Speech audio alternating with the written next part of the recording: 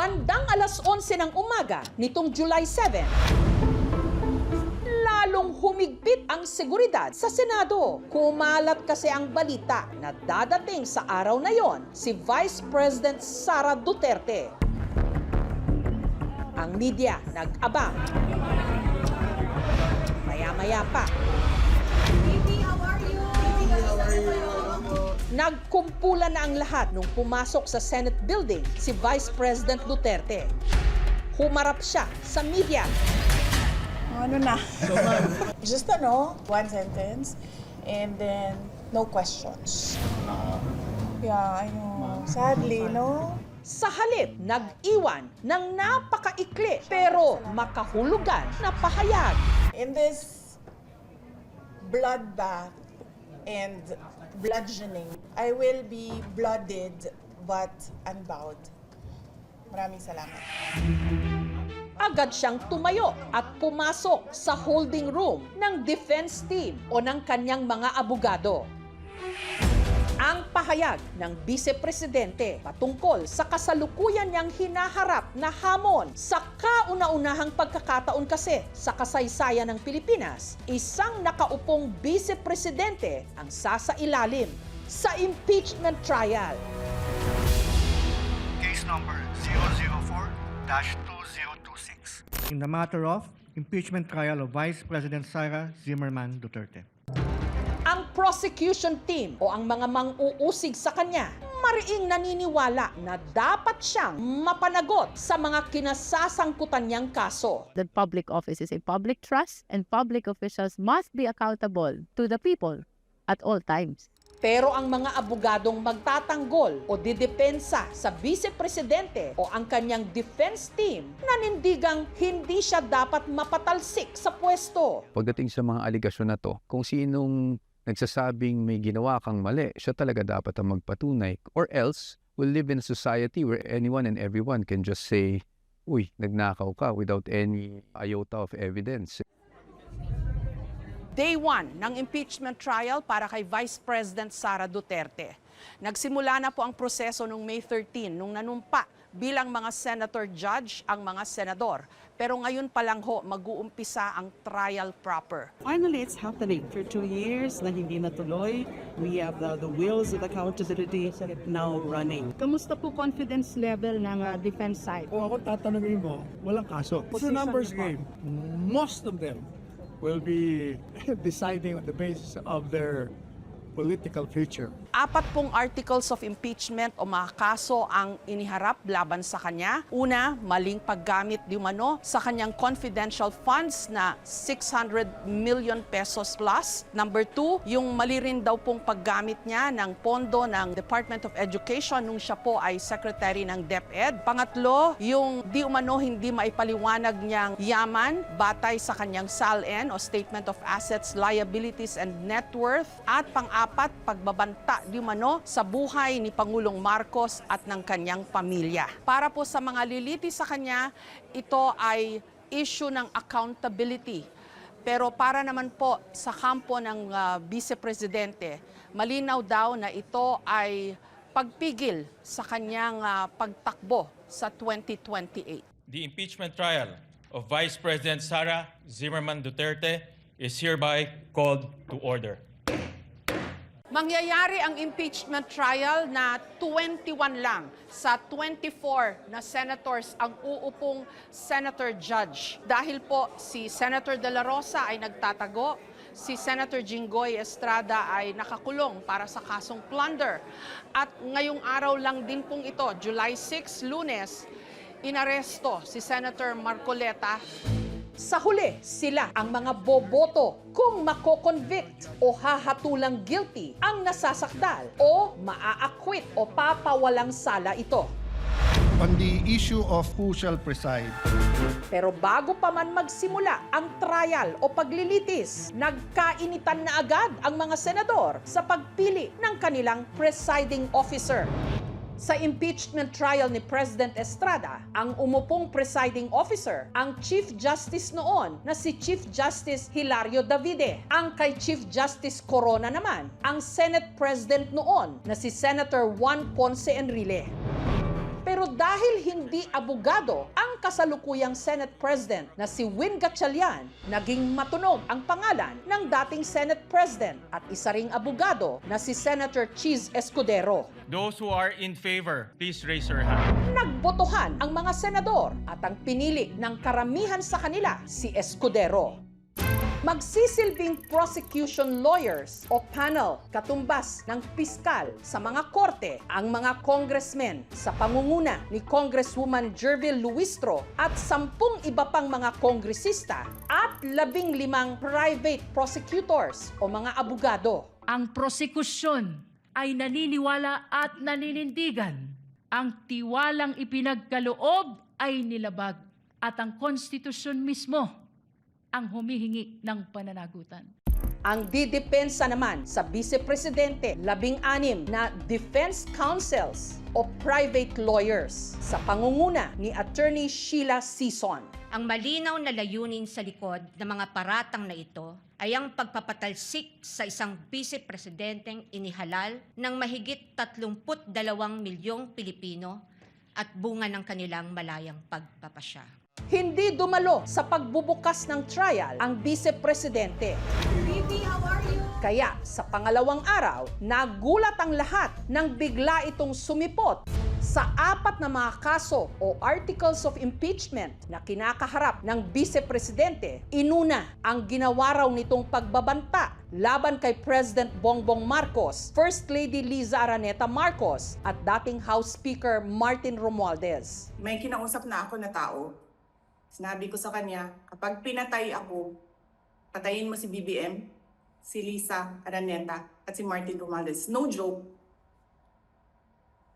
No joke. Iprinisin pa ang video kung saan maririnig ang pagbabanta di umano ng Vice Presidente sa isang online media conference November 23, 2024 matapos ipag-utos ng Committee on Good Government and Public Accountability ng Kongreso ang pagkulong sa Chief of Staff niya na si Attorney Zulaika Lopez, tumestigo laban kay Duterte, si NBI Senior Agent John Mark Calilong na nag-imbestiga raw sa video ng dimanoy pagbabanta.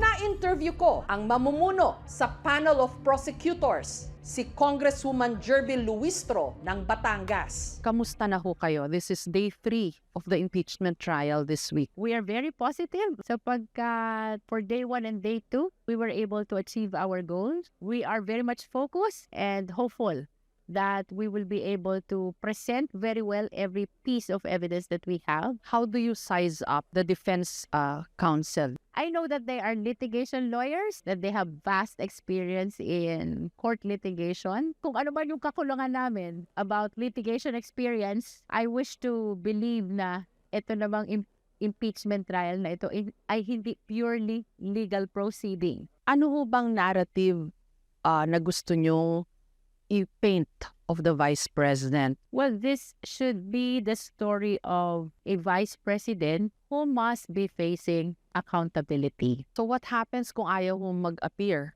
o pumunta rito ni Vice President? Prerogative niya po actually yan. Pero I wish to express as well, public office does not grant immunity against accountability. The public office is a public trust and public officials must be accountable to the people at all times. Sa Article 4, I understand, nagbigay na ho sila ng side nila na this is part of her freedom of expression. There is freedom of expression except when what she's expressing already constitute a crime. 92 trial dates ang nakatakda. Kung kukwentahin sa 3 trial dates kada linggo, maaari itong umabot ng mahigit 7 buwan. Ang pangalawang kaso o article of impeachment na tatalakayin ang di umano maling paggamit ng Vice Presidente sa kanyang confidential funds. Bakit siya inuusig on her confidential funds? Confidential nga ho yun. Bakit siya lang? Bakit naging selective?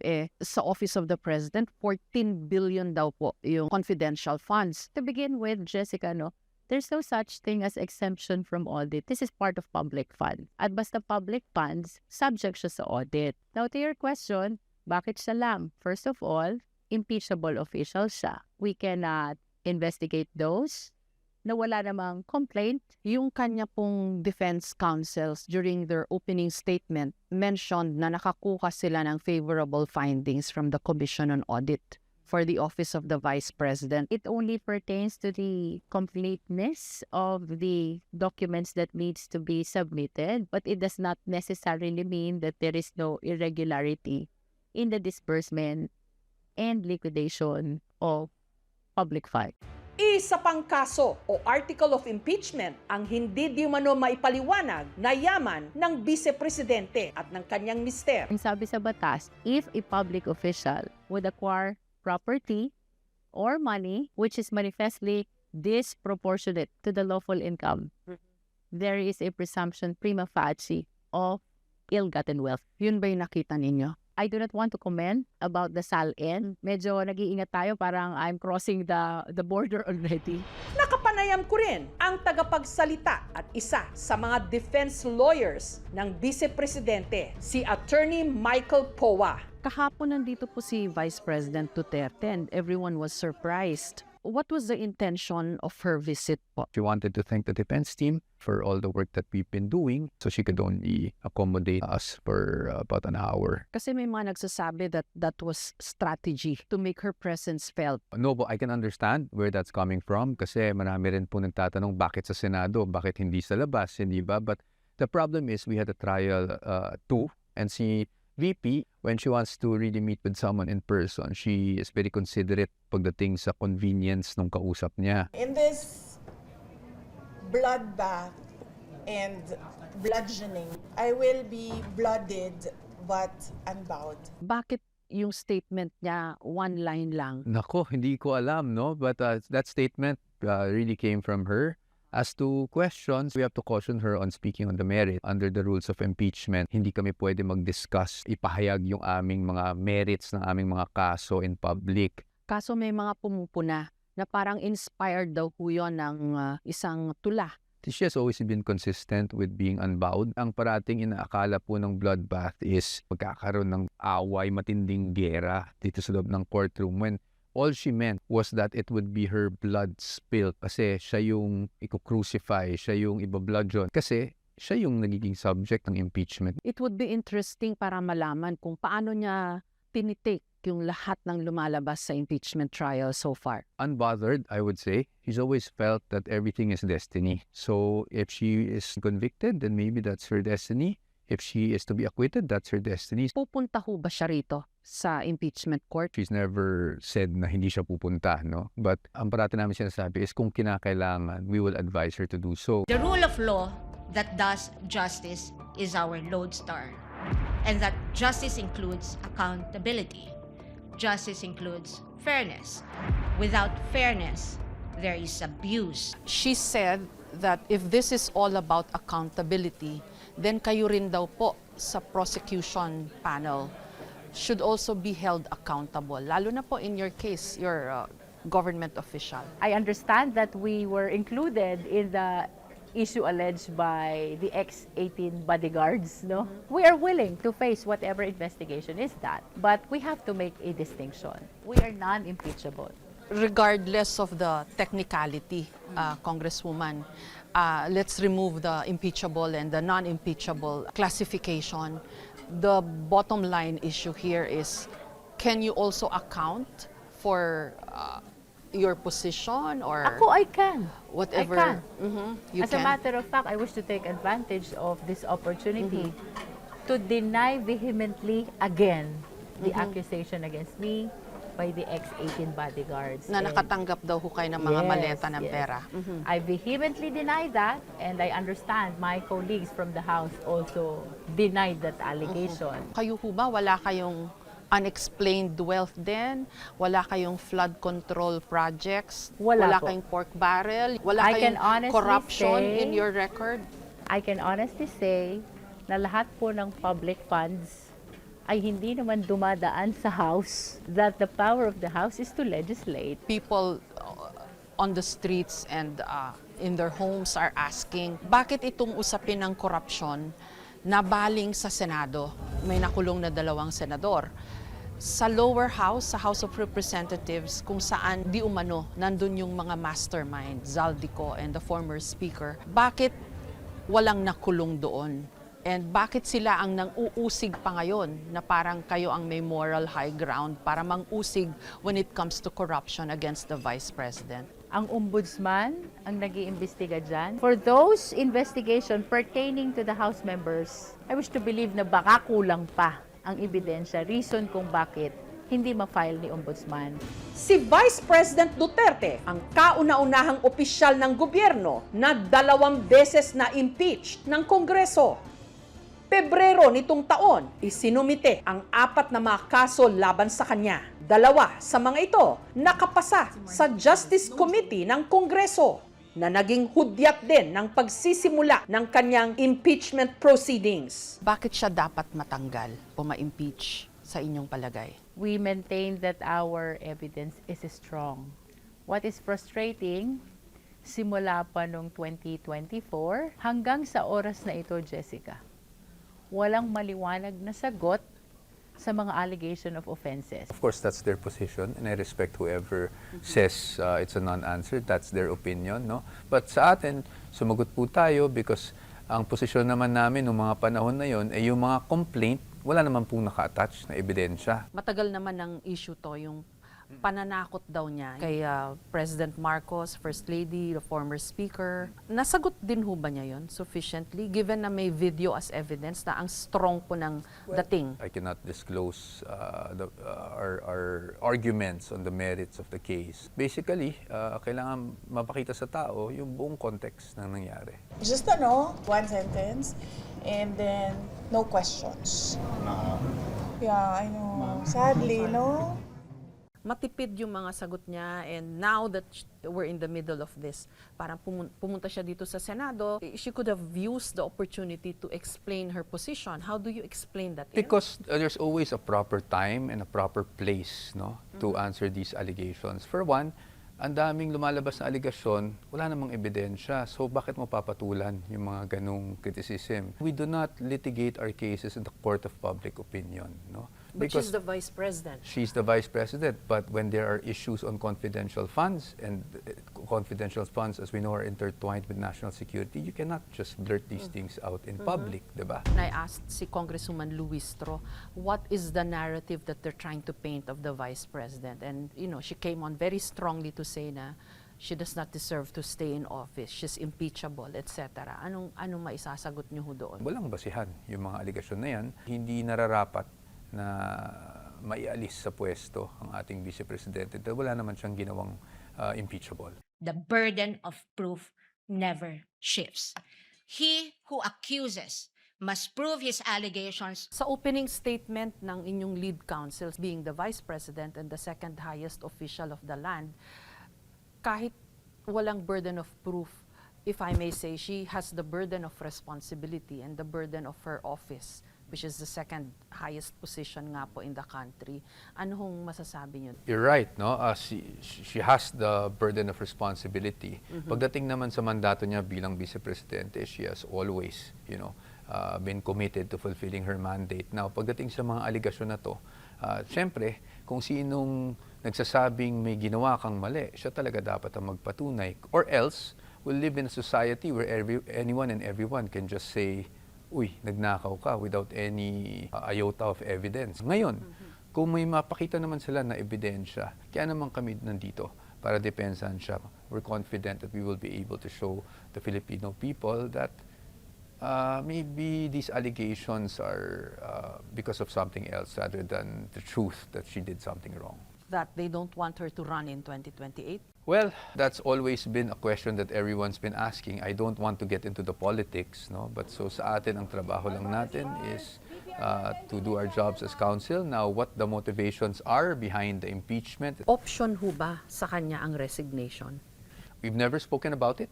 The Vice President feels strongly about the 32 million people who voted for her, no? And she's not about to turn her back on these people. Paano ho kung magre-resign si Vice President Duterte? There are 2 penalties mentioned in the Constitution, that is removal and perpetual disqualification from holding any public office. So sa akin lang, if the Vice President will resign, it will render moot the penalty of removal.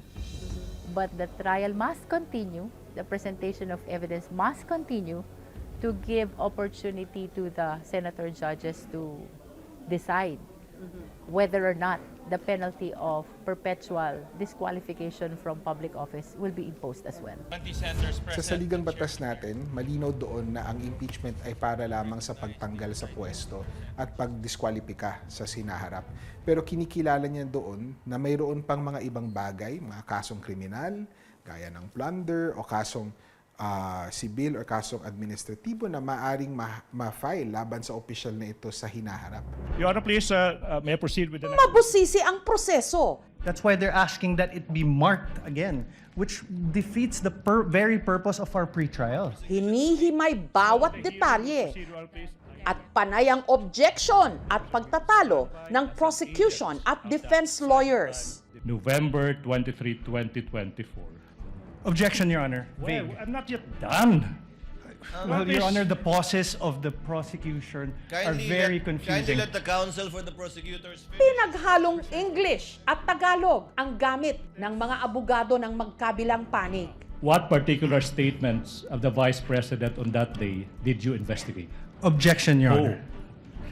Vague. Pero kadalasan, ang mga salitang ginagamit pang mga abogado, mahirap maintindihan ng ordinaryong mga mamamayan. Kaya ang tanong, interesado ba ang karamihan sa impeachment trial? Magulo po. Hindi ko po alam kung sino po ang nagsasabi ng katotohanan o sino po yung may mali. Parang malalim po yung sa pinag-uusapan nila. Siguro yung pagpapa-impeach nila, hindi na lang nila ginagawa kasi ngayon ang daming ang problema ng Pilipinas. Kada 8 to 9 years, meron impeachment trial sa Pilipinas. So people are bound to ask, tama pa ba itong prosesong ito?